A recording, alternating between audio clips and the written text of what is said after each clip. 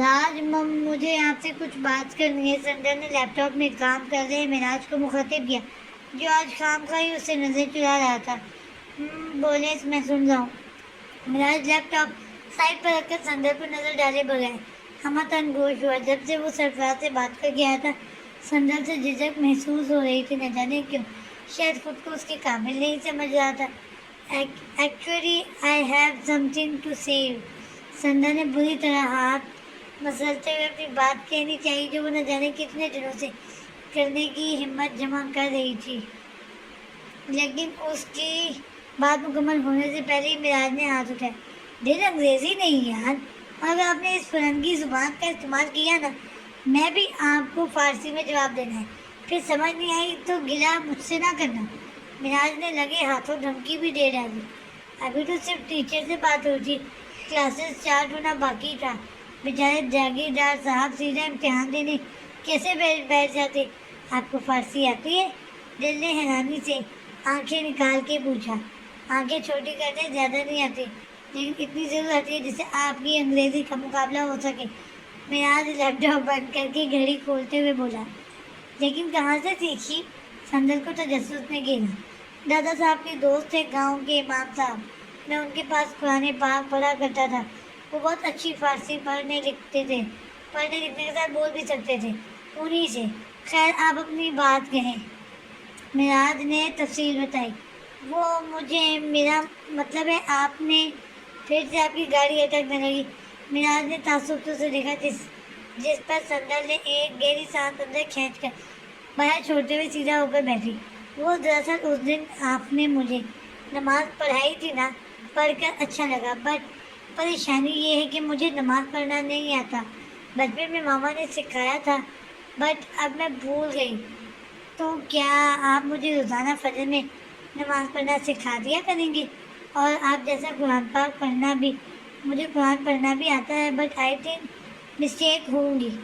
آپ مجھے نماز اور قرآن پڑھنا سکھا دیں، بدلے میں آئی پرومس میں ہمیشہ آپ کے سارے انگلش والے کال ریسیو کر دیا کروں گی۔ سندر نان اسٹاپ بولتی وعدے کے لیے اپنا منہ ہاتھ آگے کیا۔ کل بچھڑنا ہے تو پھر عہد و وفا سوچ کے باندھ، ابھی آغاز محبت ہے، گیا کچھ بھی نہیں۔ معراج نے اس کے منہ ہاتھوں سے نظر چرائی۔